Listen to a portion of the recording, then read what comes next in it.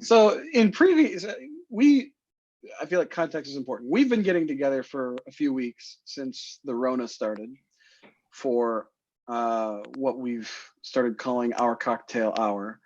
And kind of as a joke initially, but it's been kind of a nice rhythm to get together and have a drink with friends and chat.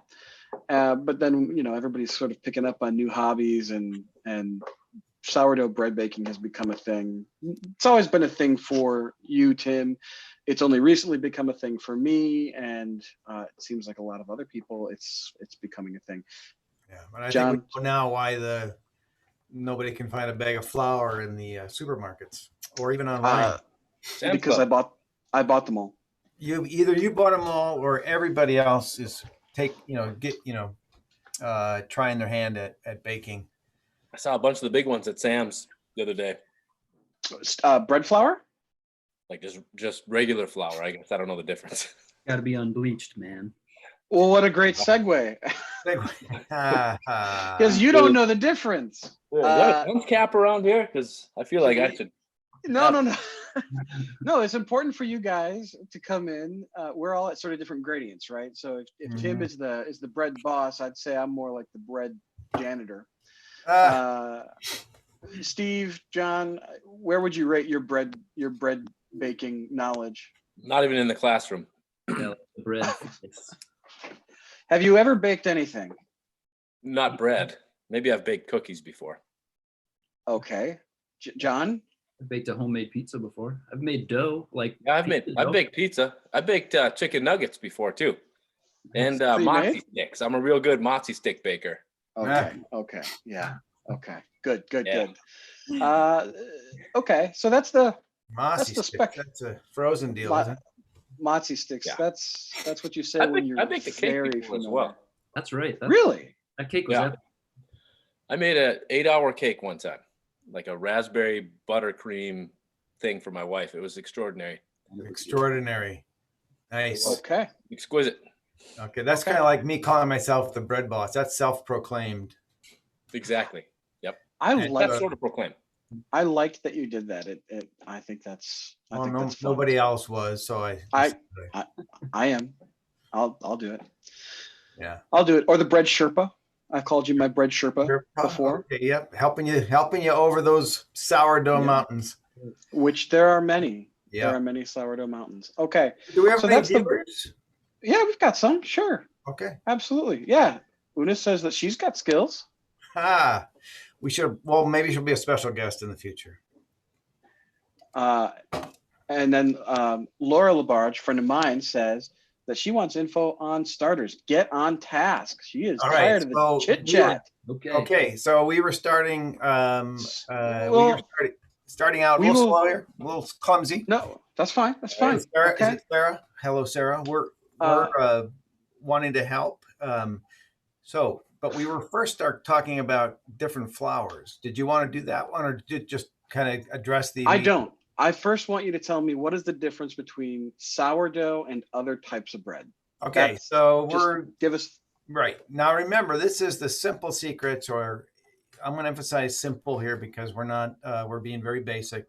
So if you're tuning in to this YouTube live and you've already baked several rounds of sourdough or yeasted breads, you might be a little bored. So first of all, there is a difference between yeasted breads and sourdough breads. We'll start there. Sourdough breads begin with what's called a wild yeast. Okay, so you're creating your own fermentation magic when you do sourdough. When you use yeast, you are using a product that's been prepared in advance for you. It's basically a kind of a dried version of a wild ferment. And so the difference between yeasted breads and sourdough breads is that you're not using any kind of not artificial, store-bought or processed yeast. You are creating your own from the yeast that already exists in the flour, the yeast that already exists in the air, they call these wild yeasts, and that, along with all of the different other kinds of organisms that are in the flour, you're creating this wild fermentation. So that's the difference. I'd say another difference is that sourdough tastes better. I think it has a better structure and texture, but then it's also the difference between maybe 2 or 3 hours or 4 hours of baking a bread and about 24 hours. So wild yeast or sourdough takes a good solid day, and so you have to learn to be patient. Okay, so starters. Yeah. What is a starter, and what are some different what matters? What makes a starter good and what makes a starter lame? Okay, so starter is going to be what you begin the process of sourdough baking with. And it takes about 7 to 10 days to actually get what we call an active starter. Starter is very simple. I think the reason why people freak out about sourdough baking is that they hear all these steps, but the steps are really simple. But the very first step is to start your starter, and you're going to be working with two ingredients: water and flour, and nothing more than that. You're leaving water and flour out, and giving it time to react. The things that are in the flour are going to react once they are hydrated, and you're building on that. As it goes day by day, that wild starter, begins to the fermentation process, and you're building up that starter for the next solid week. It takes about a week for it to get active, and then once it's active, you get it stable. So starters probably, I think, the most it takes the most patience in sourdough baking. If you don't have a starter, you don't have a chance. I think Luke, you said something about starter. Tell me about starter being good or bad. And a bad starter is simply a neglected starter, because if you don't pay attention to it, especially in the beginning of getting it started, it can go rancid quickly. And you never want that to happen. You don't want to see a discoloration in your starter. You want it to always look fresh and bubbly. And again, it takes time. Should I be concerned when so first off, I'm not capping my starter. I never seal it. I'm just kind of setting the lid on loosely. Yeah.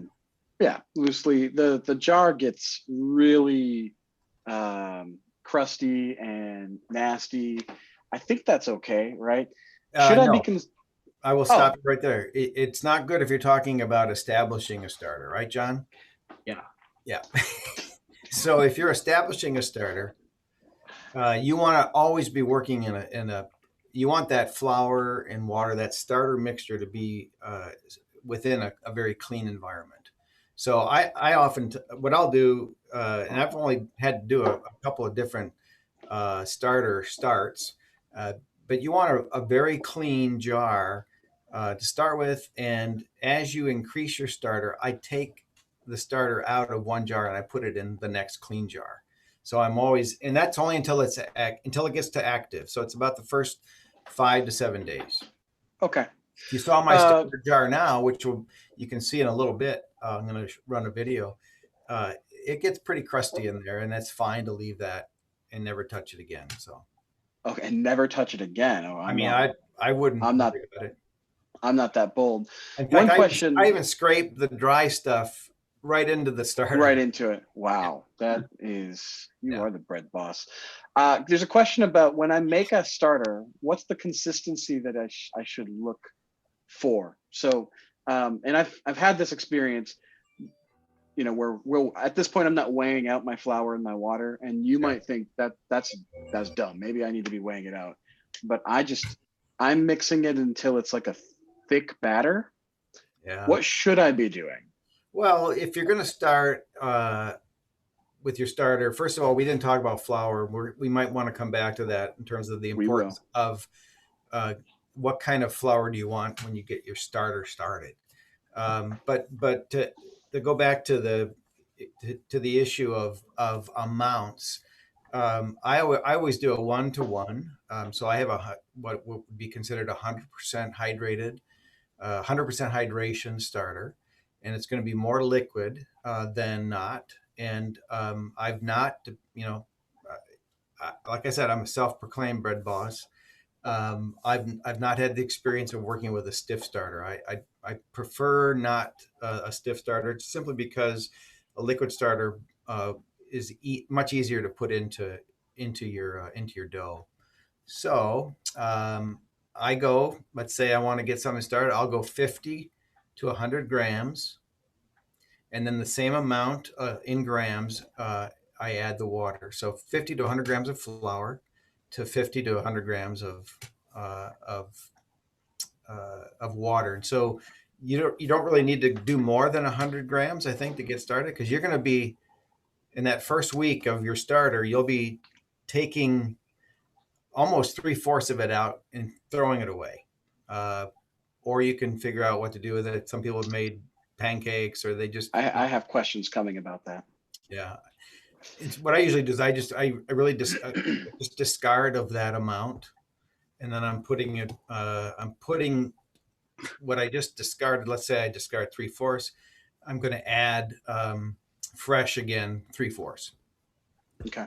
So every single day you're discarding, and I'll, what I've been doing, and you tell me if this is the advice I've been giving people, so it might be dumb. I take my very liquidy starter, because I do a 1-to-1, or as close to a 1-to-1 as I can without measuring, by weight, 1-to-1 by weight, because that is a question. And I just pour it. I pour it out. It is pourable. It's pourable because you're 100% hydrated. Yeah, it's pourable because I'm using 100% hydration. Okay. Yep. And then in that same jar with just the skim inside of the jar, I'm adding my flour and my water into that, and then giving it a good stir. Yeah, you can either do it right into that same jar. I like to use a brand new clean jar. So there you go. So it doesn't take very much starter, at least what I'm discovering. It doesn't take very much starter at all. The little tiny bit that's in there is enough. So we gave some starter to some friends, and then they came back a week later and they're like, "Oh, we accidentally used all the starter." And I was like, "That's not possible. If there was anything left in the jar, just add to it and you're good to go." That's exactly right. Yeah, and that's fine. I think there's a lot of people create a lot of mystery around starter, and they make it more complex than it has to be. But I think the bottom line is you're trying to get something, ready to lift dough. So you want it to you need patience. You want it to be bubbly. You want it to be active within that week's time, and you'll know that when it's active, because around day 7, when you've just fed it again, you can measure you can put a string around the jar, a rubber band, and you can see it within 4 or 5 hours doubling. And if you're at that point, then you're ready to bake. One clarification folks are asking is for the jar cleaning. So we may have muddied the water on jar cleaning.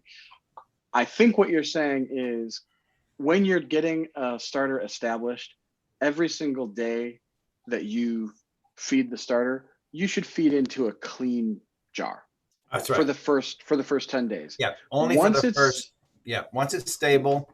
Once it's stable and established, you can keep the same funky jar every single day for ad infinitum, as long as you feed it every day. So for example, earlier this week, me and the kids got lazy, and since it was everybody's responsibility to feed Bob, which is what we named our starter, it was nobody's responsibility, and Bob didn't get fed for like 3 days. And so when I opened him up, I took a whiff. He smelled dead on arrival. It was not good. What did you do? I fed him. I fed him. Like, should I have moved him to a clean jar though? Because I fed him in his nasty jar. No, it just, when you use a clean jar, you're going to have less of those kind of complications, and it could take longer for it to get to the point where, it's the right odor and it's the right action. You finally have action in your starter. If you don't have action in your starter, it could be because you neglected it that way. I just was, when I got started, I was reading posts and online and so forth, and people emphasize the clean jar thing. So really, yeah. Odor. Yeah. What does a After shower today. Yeah. I have not shaven though. No. Say it. What's your question? Well, put me on the right trail when I'm sniffing a sourdough. And I've sniffed a lot of sourdough at this point in my bread baking. Okay. And I've gotten everything from nail polish remover to rich honey. Yeah. What should I smell, and what sorts of things affect the smell? Actually, what'd you call it? Nail remover? Yeah, acetone. Yeah, and that's fine. But it's not fine to take that and use it as your next step in baking. So you've got that acetone smell. I get that when I put it in the refrigerator for a week because I'm not baking for a week, and sometimes I do that. And when you pull it out, it can have a thin layer of water, kind of even. Yeah. Somebody. I wouldn't just continue. You got frozen in a good face. So When you freeze, I think we gotta capture that. Okay, yeah. So what you have to do, obviously, you want to always have a fresh fed starter when you begin a baking process. So that funky smelling starter is good because it's got a lot of good bacteria in there, and but it's not going to flavor. It's not the flavor you want for your bread. So that's why you refresh it, and that's when you're also going to get this jump. Should I show the video? Yeah. Oh, that'd be a great time. I mean, it's not a video. What it is like 10, maybe 6 to 10 pictures from yesterday. So yesterday, I'm kind of taking everybody, if we can get through this, I'm taking you through a full kind of process bake here. But the starter, what's that? Is it a Prezi? No, it's just, I'm going to share my screen and show, I hope this works. I hope it works for everybody watching, thousands of people are watching. So I'll share the screen. What you're going to see is what an active starter should look like over roughly just under 5 hours of time. Okay. So here we go. This works. Is it working? Yeah. Looks great. Is it playing? No. Okay. Is it playing now? Yeah. It is. You got to move your mouse though. Yeah, move that mouse. There you go. So I started a little before 11. And the first couple hours are going to be slow. 12:50. That's an hour later. And then 2 hours, hour and a half, and see how it jumped in that hour and a half. And then right at that last picture there, it stopped or it dropped a little bit. And that's when you know it's ready for the dough. Okay. So you want to cook when it's at the very, very peak. Actually, when it starts to come back. So why is that? Because you want to put it into the dough when it's hungry again. Okay. And so it's gonna go after everything that you're mixing it with. So your flour, your flour, your salt and water. When you're making that kind of what we would say the final dough, you want to put the starter in when it's at that point of just getting hungry again. And that's when it starts to fall. Okay. So I understand there are a lot of factors that probably contribute to how active and how quickly after feeding sourdough reaches that like prime baking moment. Yeah. For you, in your experience, how many hours does it take between a feeding and its go time to bake? Okay, so you're talking about like your schedule, right? And maybe I can share I can share something on my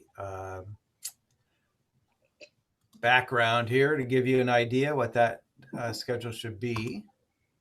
All right, so can everybody read that? You guys can read that, right? Yep. So I like to say 24 hours, okay? And here's just a way to consider baking. So Wednesday night, before you go to bed, you pull the starter out of the refrigerator because if you're not baking every day, that's where it's gonna live. So you pull it out of the refrigerator and you want to bring it to room temperature, and that's plenty of time overnight. So you're getting it nice and warm. And then Thursday morning, right away in the beginning of the day, you feed the starter. You don't have to feed it a ton, but you want to make sure you feed it enough because you're going to be pulling a certain amount out and you don't want to come up short. So make sure you got plenty in there. So you feed your starter. Again, it's 1-to-1. And then you watch it grow as you just saw in that video. And then by the time afternoon hits, you're ready to mix the dough. And we call this stage, we call the stage bulk fermentation. And that's going to all be done at room temperature. So now what have you done? You've done very, very little in terms of effort. I mean, it's, you can have a day job. You don't need to be watching this. It doesn't take a lot of time to do each of these steps, but I'm just giving you a picture of why sourdough needs time. It needs, we need to be patient when we're sourdough bakers. Okay, so now you've mixed the dough, you've got the bulk fermentation. Now I'm about ready to go to bed. And before I go to bed, I'm going to shape the loaf. I'm going to take it out of its container, drop it on my counter. I'm going to shape it, and I'm going to put it in a proofing basket or some kind of a proofing dish. And then I'm going to put it back in the refrigerator. So I pulled it out of the refrigerator on Wednesday night. On Thursday night, I'm putting it back in, getting ready for the cold proof. And then first thing in the morning, it's ready to go. Turn the oven on, let it heat up, a good solid hour, good hot temperature. And I'm going to take the bread out and I'm going to slash the bread because that's important to do. We can talk about that later, and then I'm going to bake it. I do have a video of everything from the mix all the way to the bake. So I'd like to talk about the mixing because when I first got into sourdough baking, it was the thing that most intimidated me because the first time that I did it, I thought I had gotten something wrong with my ratios, which we use, and I shouldn't assume that everybody knows what a baker's percentage is. Like when you read a bread recipe, the fact that they're giving you, and we've already talked about it, right? 100% hydration. That's based on a baker's percentage. Right. Maybe talk us through what the heck is a baker's percentage, and then why is sourdough so hard to work with? Why is it so needing to be accurate? Accuracy in sourdough baking is pretty important. Yeah, accuracy. I mean, we don't use volumetric measurements, right? And that's typically when I have baked in the past before sourdough. Mm-hmm. And this is probably more due to me being a novice baker and less to have, with other baking is less precise. Yeah. It probably is more precise and should use baker's percentages, but there's a pretty big difference between a cup of flour if I take it out of the bucket than when Elijah takes it out of the bucket. Yeah, and we've tested this. So one of the things that I think are a pretty necessary item, equipment piece would be a scale, because we're not doing volumetric in sourdough baking. A lot of good, I would say this is true for baking bread in a lot of cases, but wanting to get away, you're wanting to do this kind of measurement because the importance of the hydration. So you're going to create a lot more accuracy around the percentage, hydration percentage. So if I'm trying to do a 65% hydration loaf, which I think I did today, those measurements are going to be critical that way. So I weigh my water just like I weigh my flour, and I make sure that it's that percentage is the 65%. If you're making a different kind of bread, or you want maybe even a different texture kind of sourdough, you're going to probably increase that hydration from 65 to 75 or 80.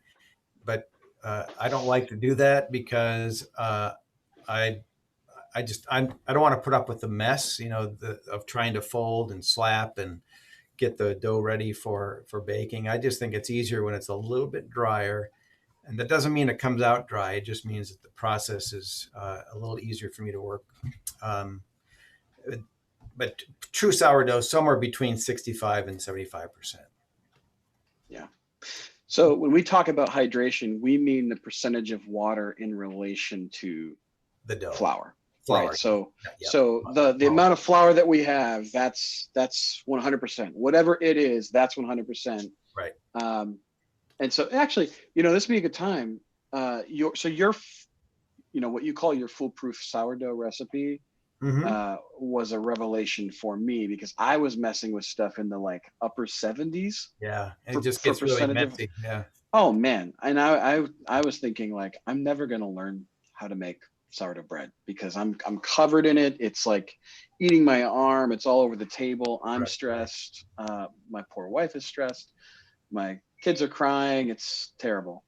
But then your recipe is great. It's easy to work with. Can you show that?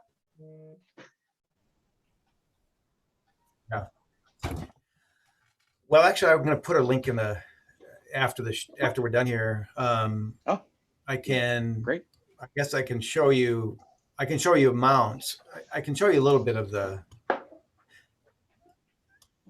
recipe is. Well, yeah, I think the recipe is there's more to the recipe than what I'm going to show. But this is the general stuff, and then there's the process that where you're working with your starter, you're feeding your starter. I kind of gave you some sense of what that is. If you can read that, I don't know. You'll put it in the notes after. Yeah, that'll be helpful. So it's 800 grams of strong white flour. Although you can also go, you can go 3/4 white and 1/4 whole wheat if you'd like, or even sprouted wheat or einkorn flour. And you're thinking, well, wait a minute, those are all different flours. Aren't they all going to react differently? And it's going to change how you add water. No, we're talking weight. That's why the weight is important. That's why weighing your flour is important. So whether you've got white, whole wheat, einkorn, spelt, whatever, the key is that what you're putting on that scale is going to you're going to match it to the percentage of what you're hoping for. So you're going to make sure you've got 65% water, 65% hydration by weighing that. And there's, I don't know if we want to get into all the formulas, but they're not that complex. And there's, I learned everything I've learned. I've gotten from, several different sites online. So there's a ton of them out there for you to look at. So. Yeah, I'm thinking at the end I might even throw a few of the YouTube channels that I watch or have watched that have been helpful to me. You've talked about different flours. I think this is a good time to explain, just a quick flyover, a little primer. I'm sure that there's much that could be said. When I'm in the store and I'm standing in front of the baking aisle shelf with all the flour, I did not think that mattered which flour. Steve's question at the beginning, well, I don't know if it was a question. I was like, what did you say, Steve? You're like flour. Regular flour? What does it matter? Right. Fair question. What are some of the options that the sourdough bread baker has, and what are some of the pitfalls and benefits of these various breads? All right. So there are pitfalls to flour. Well, one of them is age. It's 4 o'clock. And if you're, and we're in 30 minutes in, and hopefully we've changed some lives. So the 30 Definitely. The 30,000 types of brands out there. I think the key is how fresh is it. As soon as it's in that bag, they stamp it with a date. But don't be fooled. Some companies are putting that. They've picked that flour. They've picked that wheat or whatever. They've harvested the wheat so much earlier than you might think. And so I would say this though: what's stable in flour is your white flour, your all-purpose, and your bread flour. I think what becomes quickly unstable is your whole grains. Like if you're working with whole wheat, einkorn, um, spelt, any other kind of specialty flour, um, that's going to have about a 3 month to 4 months. So if you buy it in the grocery store and you haven't used it within 3 or 4 months, its flavor is already beyond. Um, I will say it's palatable, but it's not as enjoyable as a very fresh flour. You can let your white flours, your bread flour, and your all-purpose flour go a good solid year, but not your whole grains, not the less processed flours. So, Now, Matt, you're using multiple flours and probably combinations. For the beginner sourdough baker, what mhm. what should I be using? Okay, you want to use. I think you want to use rye flour as your starter, As a flour. starter, yeah, Yeah. I second Um, that. and then you're only feeding it rye flour um, as you get it to its stage of of being active. After that, you can put anything in it you want.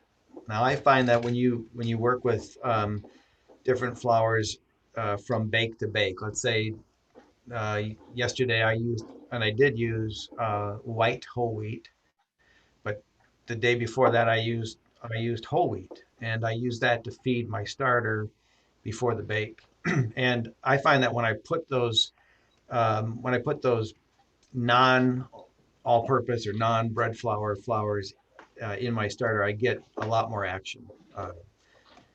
It seems to bring a greater activity within the starter. So that's my advice. And then beyond that, if you use organics, you even get more reaction. There's just a lot more happening within the dynamic of your starter and flour water. So, but when you're baking the bread, it's perfectly fine to use even all-purpose. Although I would encourage stay away from it because I like the higher protein. Higher protein's good in terms of strength in your dough, and so I stick with bread flour as a minimum, and then like I said, I do mix with I'll mix whole wheat in, and I've done einkorn, I've done rye and spelt, and I do that because I like the flavor changes. Yeah, we made some all-purpose flour loaves, and they were Pretty flat. wimpy, flat. Yeah, they did not have the spark. And then as far as Yeah. starters, when we first started, we had the rye flour back in the good old days when you could go to the store Yeah. and buy stuff Yep. in bulk.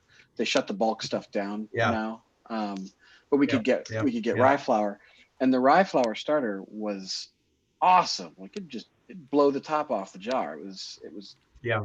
It was capable of tripling in size, That's great. which was gnarly. That's what you want. Yep. So that's flour.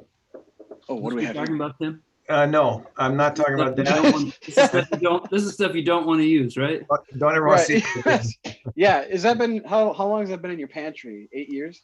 Looks like a bag from 1964. Oh, we like just got this. Let's see. No, Sarah Lee herself used that. That's got to be Aldi brand.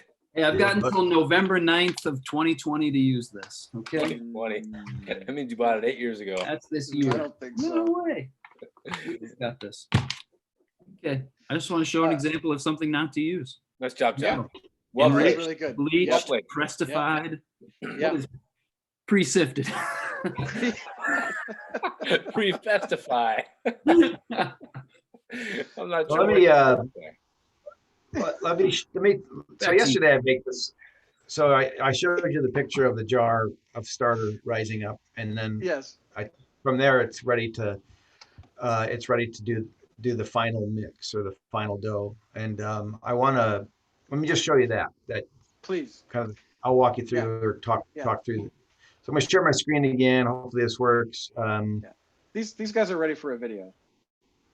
You know. Okay. I like moving pictures. All right. Are you seeing? Mm-hmm. All right. So here I am. I'm weighing the water, and so and I'm very accurate with it. So that's like 460 grams, or 460 milliliters of water, which is the right weight. They're 460 grams. And then I'm weighing, and you can see how that goes in. Gross. It doesn't look great. It is floating though. Looks like And never it's mind. floating, and what that means is that it's ready. So if your starter goes into the water this way, and not everybody does it this way, but if it floats in water, you know it's ready. Well, they say it's healthier if it floats, Yeah. Yeah. If it floats. And so it's 320 grams of starter into that. It's impossible to tell though if it's a latrine, you know? And I'll mix the dough or mix the flour with the salt. This is going to be 800. I did it all yesterday. It was all white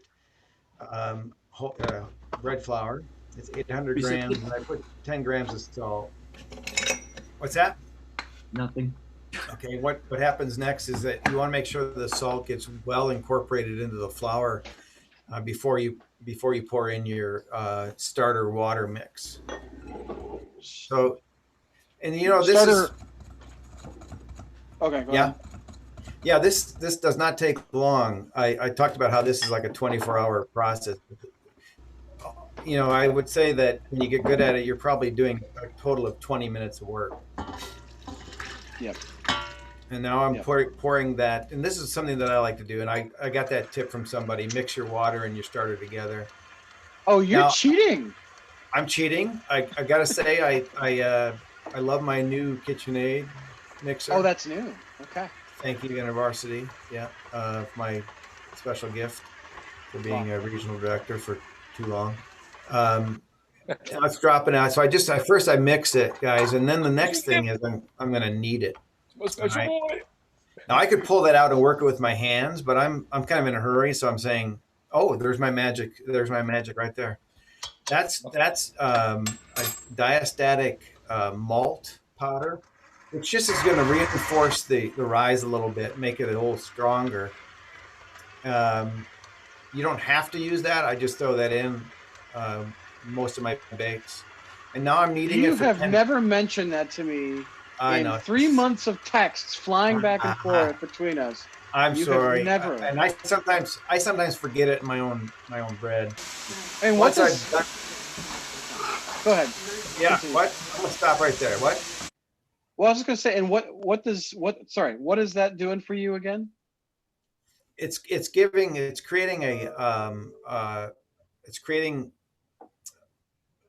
reinforcing the dough so that it rises more strongly.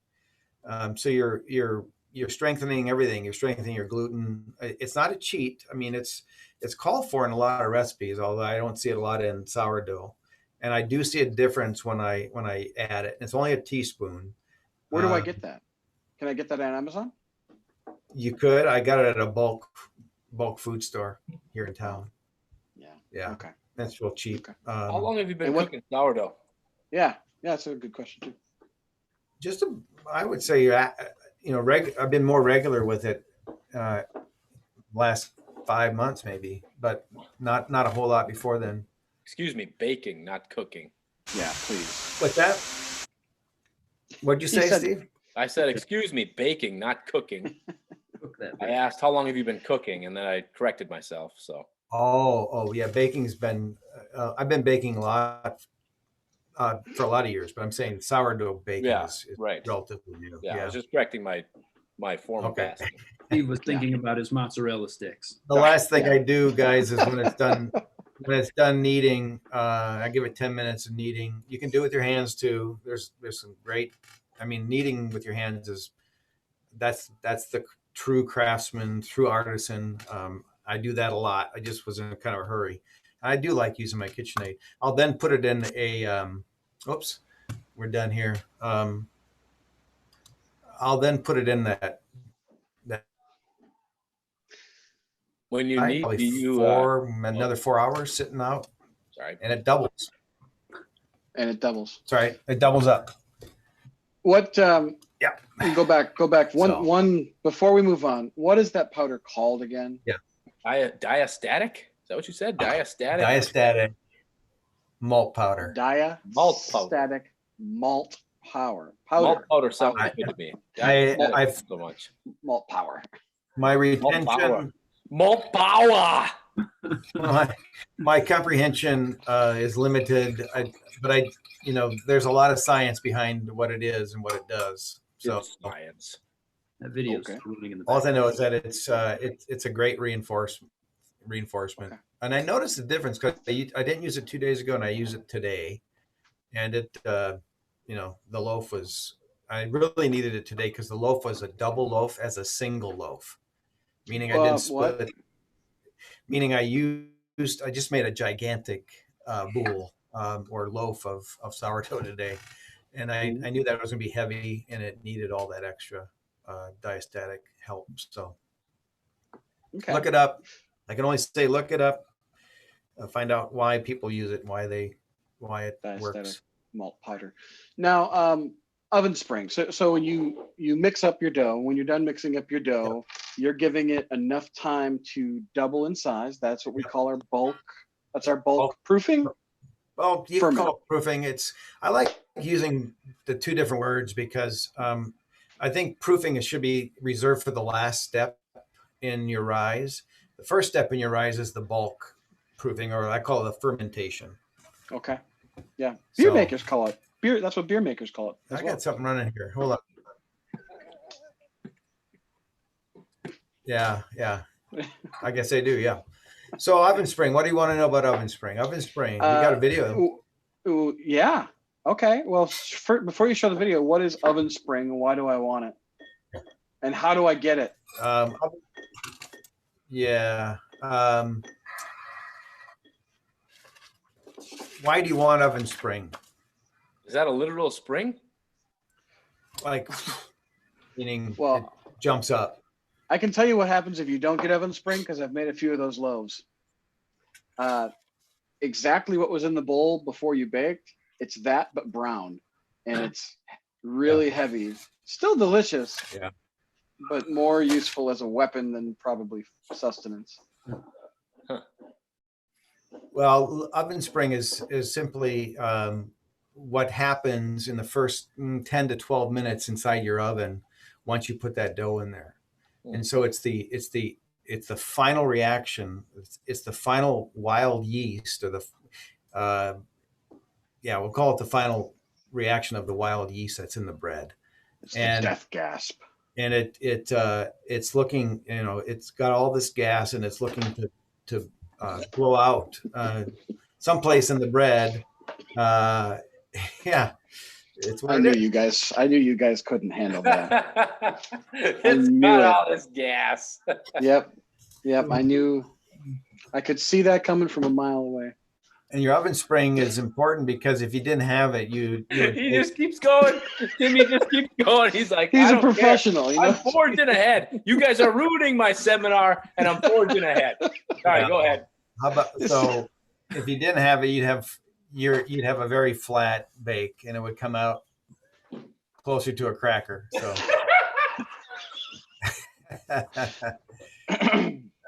you guys. So I'm going to show you some oven spring here. Don't invite us next time. Yeah.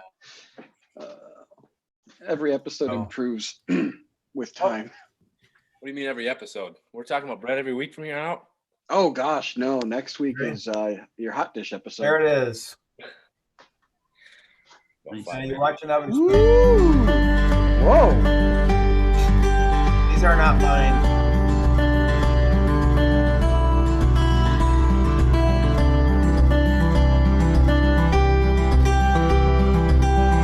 That happens in the first quarter usually of your baking process. Yeah, what's the cake?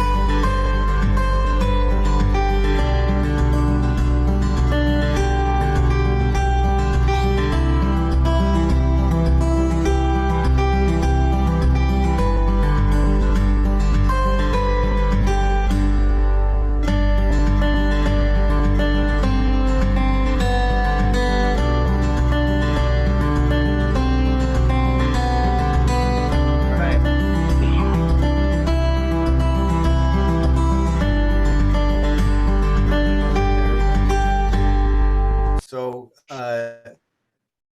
oven spring is just it's important. It proves whether or not you put that dough in at the right time or not, because you can over ferment or overproof, and you can underproof, and in either direction you're going to get your bread is not going to be the way you want it. And those are pretty impressive springs there. But you want to make sure you've got it as a result of your baking. So I want to go back to after my bulk fermentation. So my loaf is doubled in size. I have taken it out of. Now you're just putting it in a greased bowl and covering it so that it can double in size. I don't put it in a grease bowl. I don't really want to add anything to my final dough. I try to keep limited amount of flour on it, and I don't put any oil or butter, butter or anything to keep it from. So. Okay, well that's different than what I've been doing. That's good to know. After it's doubled, you're taking it out and you're doing some forming. You're forming your loaf. Yeah. Yeah. Let's talk about that. Yeah. So okay, there's a lot of technique. That's probably where the most of the technique, the art, not the science, right? The art of sourdough. You got to call it an art. And some people are really, they're really good. They do it quickly. I mean, these are, probably more professional baker who might do 50 loaves in an hour's time or something. So I showed from yesterday, I took a video of that happening as well so that people could see what that looked like. So excuse me, but I'm going to share the screen again. And this time we'll take a look at that shaping process I'm talking about. So I showed you before, this is it. You can see how it's really doubled in that canister, and that's about 4 hours. And now I'm bringing it over to the counter and making sure I got enough flour on my hands, but I'm not putting flour on the dough itself. I'm not putting extra flour into the dough.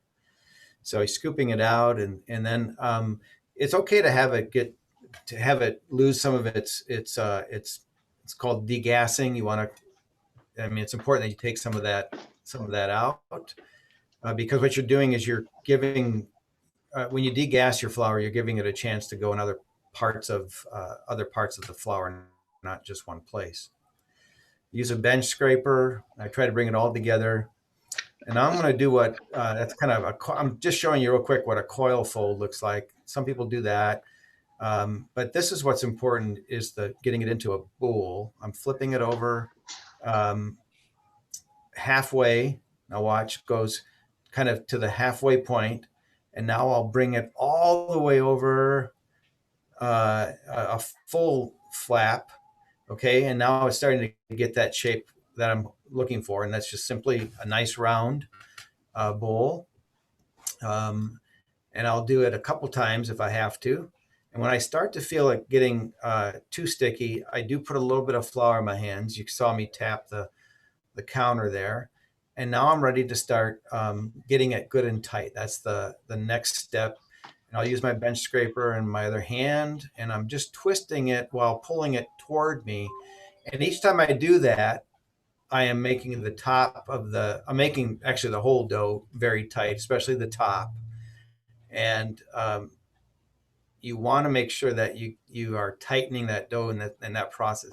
People do all kinds of different things. I tried to go around it and tuck while pulling it toward me. See, and that's getting the dough the shape that I want it before I put it into the proofing basket. The proofing basket is going to be floured, and this is the dough from today. I mean, it was a massive. I put this in last night, of course. How big is that banneton that you're using? That's how do they call it? Is it a 12? There's a number to it. It's too big, and so I've been. This is the first time I put the right amount of dough into that banneton, and I was happy with the results. So then I come in I use a shower cap, not a used shower cap, a shower cap to cover it, and That's not used, is it? No, it's used on past breads, and then it's in the refrigerator. Into the refrigerator. Why not the counter? Because I wanted to. This is the overnight final proofing. So refrigerator. Sourdough likes cold temperature. Now they don't like freezing temperature. Because the slower you ferment sourdough, the more flavor you're going to have as a result. And if you put a yeasted bread in there, it would still be rising, and it would probably overflow if I leave it in that long. But sourdough likes they like that temperature. Is there a danger that I could leave it in the refrigerator too long after putting it there? Or what would be too long? Refrigerator. Yeah, you can overproof it. Yeah. What are the signs of overproofing? You want to be, overnight is perfect. Okay. So bake the next morning. Okay. Well, yeah. So when let's say I can wake up, I get to bake my bread, and you walk in, you see this dough, and you think it's ready, and you forget to do something. What's the thing you forgot to do? You forgot to tap it with your finger to see how it responds to your poke into the dough. It's just a gentle poke into the dough. You should see it slowly fill back in again, and that tells you that you're in that zone of it's ready to be baked. If it doesn't come back, or you touch it with your finger and it deflates, it's overproofed. Yeah. And if it's too firm, like if it looks like it hasn't, if it hasn't, like what if it doesn't look like it's risen at all? Yeah, and when I poke it, it's firm. It's just not going to do anything. In fact, you might sink your finger into a bunch of doughy stuff. Yeah. It's either going to be too firm or it's just be too doughy. So. Yeah. There's a troubleshooting question. So Una actually made. Is this coming from our audience? Yeah. Riddle me this. Okay. I got my starter up and running. Used it in a recipe. The texture was good, but the taste wasn't quite there. However, afterwards, my starter didn't grow. Any ideas what happened? Wow.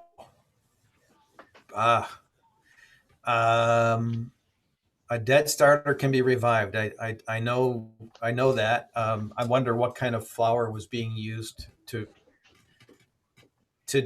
determine, to conclude that your starter's dead. Did you use a more grain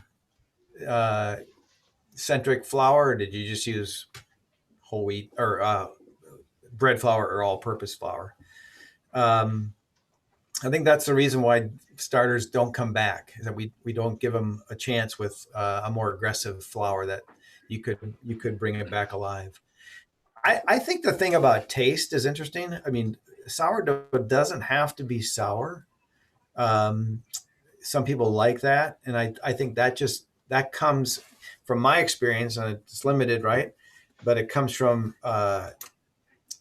actually working with a starter that's, at least 5 months old. And starters can be brand new and not as sour as you want them, or they can be 5 or 6 months old and not as sour as you want them to be. I think it's what you're feeding it with that's going to make it. It's going to change that flavor you're looking for. And so I don't buy the expensive flours in bulk. I'll buy a small bag because I know what it does to my starter. I know that it's a good thing to feed my starter. So, for example, sprouted wheat was something I discovered to be just kind of like magic to a starter.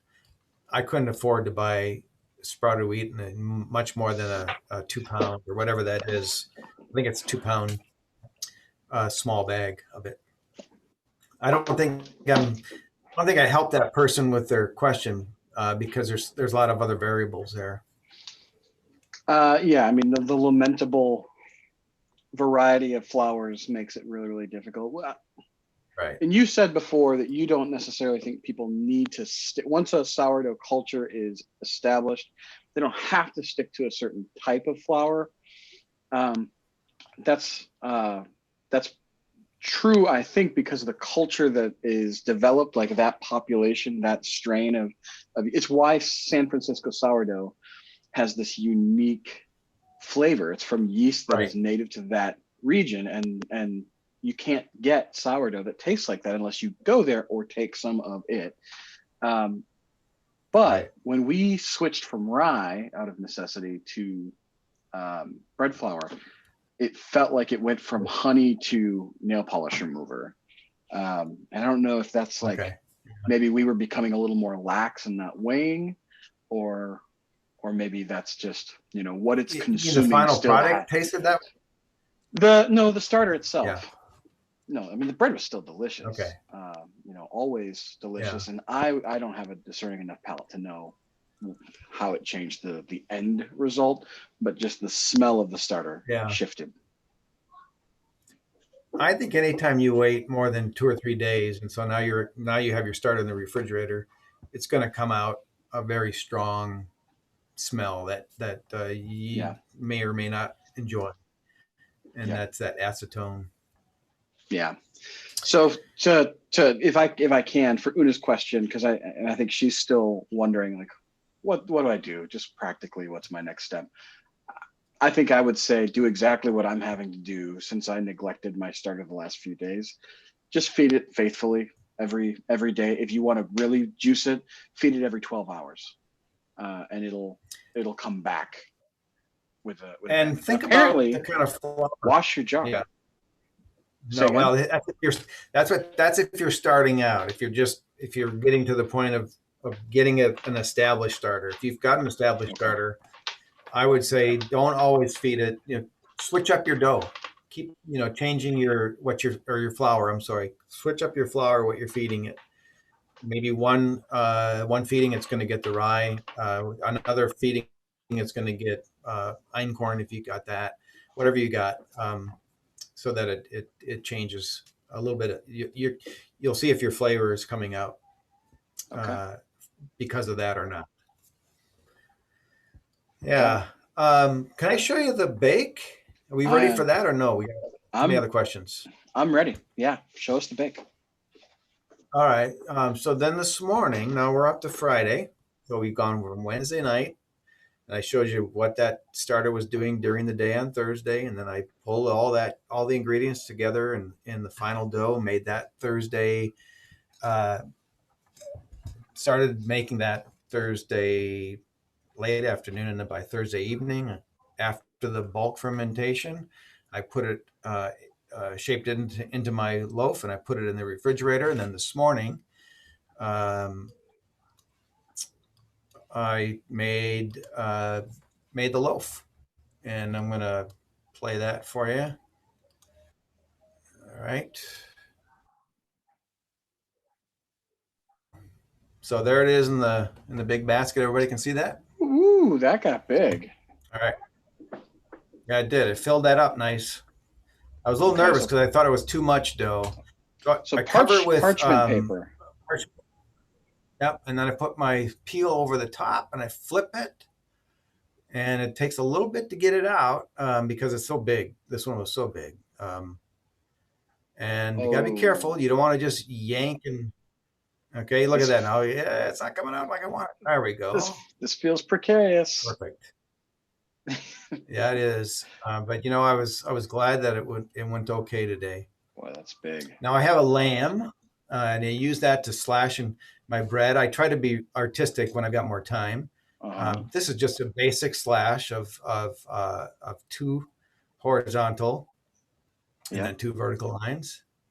And what I'm doing there, the reason why you slash is that you want that gas to escape someplace. If you don't do this, it's going to choose where it's going to pop out, and it can look really weird. You can get big bulges in one part of your dough, and then so you're actually controlling what you want your bread to look like when you do this. It's not just because it looks pretty. Same reason you cut concrete. Yeah, exactly. And that's a 450-degree oven. I've got stone on top. Only 450 degrees. That's interesting. Yeah, and it was about 43 minutes. Is it normally higher than that? I've been going as high as my oven will go.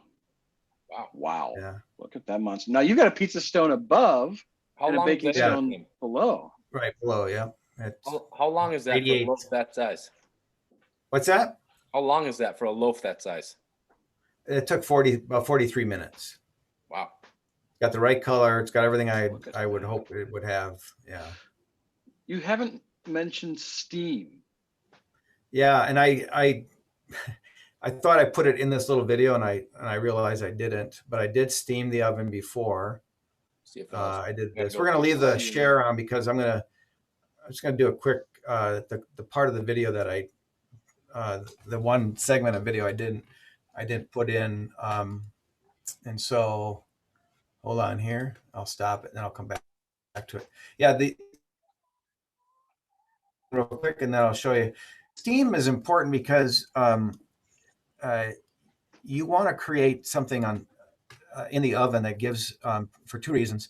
One is you're actually creating a skin on your dough that makes it good and firm, because it's going through a lot of abuse in that oven, and you don't want to forget to use steam because it does reinforce the crust. It makes the crust stronger. It also makes it darker. You can see behind me in my video all the different breads that I've been baking this is probably the last month here, and there's lots of different color, and the darker the color, I think the better. I like it being nice and golden and deep golden, and that comes also from the steam. So I put a loaf pan underneath.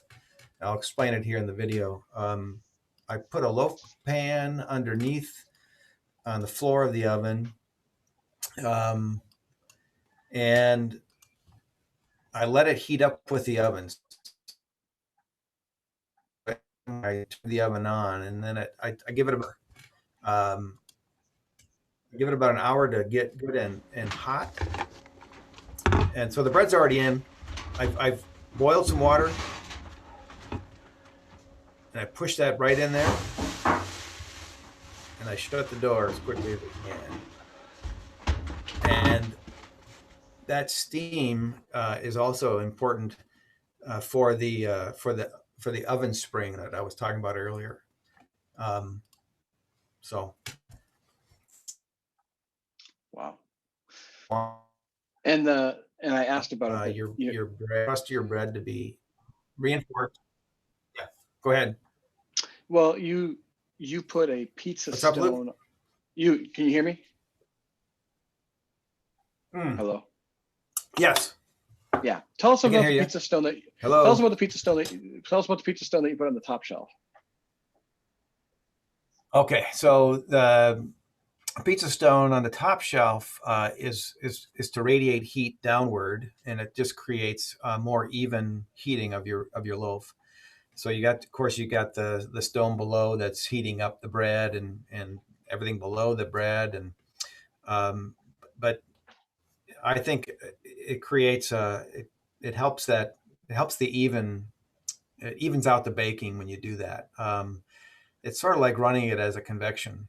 I could have done convection, but I like having that stone. It makes it more of a true wood fire, or I should say brick oven, and that's what you want. So yeah.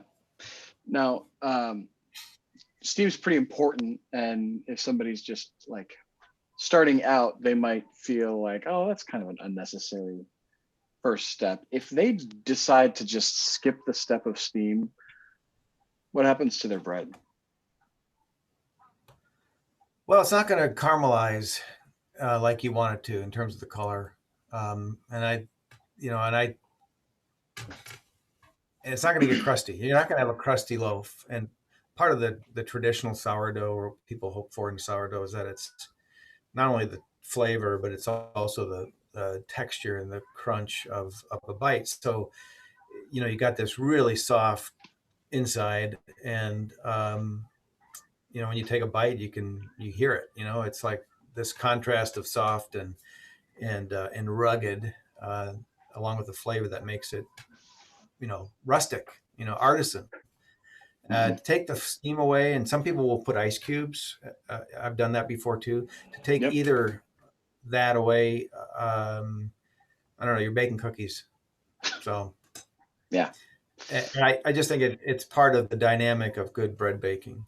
Yeah. I mean, the difference, sourdough, you can make a sandwich. I imagine you can make a sandwich slicing loaf with sourdough, Yeah. but the fun seems to be creating something that's beautiful and Yeah. edible. Right. Like the pictures behind you, and one of the questions that kind of pops into my head, your cuts, your slashes, your relief cuts, they're beautiful on those loaves of bread, and they pop, they contrast. How did you Yeah. make those? How did you make those contrasts like that? Well, it's the bread when it's after it's been shaped and it's put in the proofing basket. I'll flour that basket, or if I put it in something other than a true banneton basket, like just a big bowl, I'll use a towel, and I'll flour the towel so that when the bread is ready to release the next day, it comes out and you don't have it sticking to anything. So that's why these breads have flour on top, and then I might add a little more if I'm trying to be artistic, which I'm not.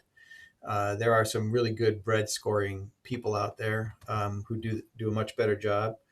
But I think that's what creates the contrast. So really, the steam in the bread or in the oven, the flour on the bread, and then where you've slashed it, what you're doing with whether you're trying to make like a little wheat stalk or whatever. When those open up, they open up into the dough, and so you see the contrast between the floured top and where it's opened up. I think that looks nice. I think it looks nice too. Is convection good? When you said the word convection before, and one of the questions that we've got is, if somebody's got a convection oven, does that give them a boost, a bonus? I don't think it can. The reason why I don't like to use convection is I don't want it to dry out. I don't want it to come out more dry than it would. I feel like I have more control to the dryness issue if I just let it be a non-convection bake. But you could do convection, I guess. I like creating my own convection by the top stone, because it does what convection is doing, but it's not blowing it. You're not getting the fan blowing it around. Now, do you get the benefits of convection without any of the negatives if you use like a Dutch oven for your bread? The benefits of a Dutch oven is you don't need to use any steam at all. It's of course your bread's got moisture in it, and when you put it in a Dutch oven, you've got a cover over it, and it's creating its own little chamber in there, and it's like I've done both, and I like using the Dutch oven. I find that I get a little bit of a different result in the Dutch oven, because I just think it you've got your heat so trapped and close for an intense amount of time. I find that I can sometimes over bake or burn the bottom of my breads. So I try to limit that unless I know I'm using a recipe that calls for a Dutch oven, like a no knead recipe.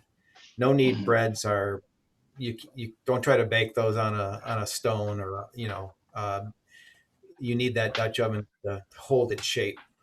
And then when you open that lid, it's just it's ballooned up. It's beautiful. We didn't talk Well, about no knead, and that's a whole nother call probably. yeah. Well, I feel like you just helped me understand. I tried a no need thing and then tried to shape it, and it was, it was a Yeah, disaster. It was that's a a disaster. disaster. Yeah, Yeah, it you don't want was to try to terrible. do that. I Yeah, wanted to yeah, wanted to quit bread baking. yeah. Um, Like we lost let Steve and John. That's Yeah, cool. they had to dip out because Okay. it's just a cocktail hour. So for them, that's it. But I'm in for the long haul.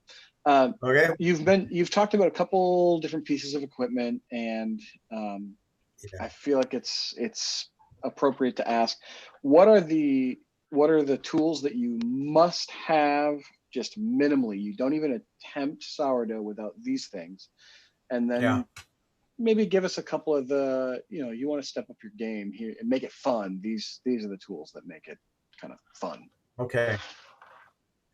All right. Well, uh, I think the one tool or piece of equipment that I think is needed for sourdough um, is your hands. Oh, You need. okay. Okay. I mean, you can do everything that I talked about in everything else in so many other things that you've got around the house. Even the basket that I put my bread in that you saw. If you don't have that, then you find a mixing bowl and a dish towel, and that's what you put your bread in. Um, you know, you don't have a stone in your oven. I think a stone is great. It's going to improve the bake. But if you don't have a stone, you just put a sheet, a baking sheet into your oven and let that heat up and put it on. Put your bread on that. Um, you know, I, you don't have a lamb to cut your and slice your bread. You probably have a razor blade. That's all you need is a thin, sharp razor blade to make your slashes. I think you use a lamb if you're really trying to get a little more control. Um, but other than that, I mean, you don't need a mixer. You can use your hands to knead the dough, and so that's like you can be a minimalist on this and getting started. Now, Excellent. what you're going to want over time is, and I'm not even to the point where I can have all of my bells and whistles toys, but I like having a stone because I like having it good and hot to have something good and hot to put the bread on, and stone is going to retain the heat and be good and hot. But what I really like is a baking steel, a sheet of steel that goes right into your rack, and it's going to retain heat and more evenly than the stone. And you're going to get more oven spring out of a baking steel, according.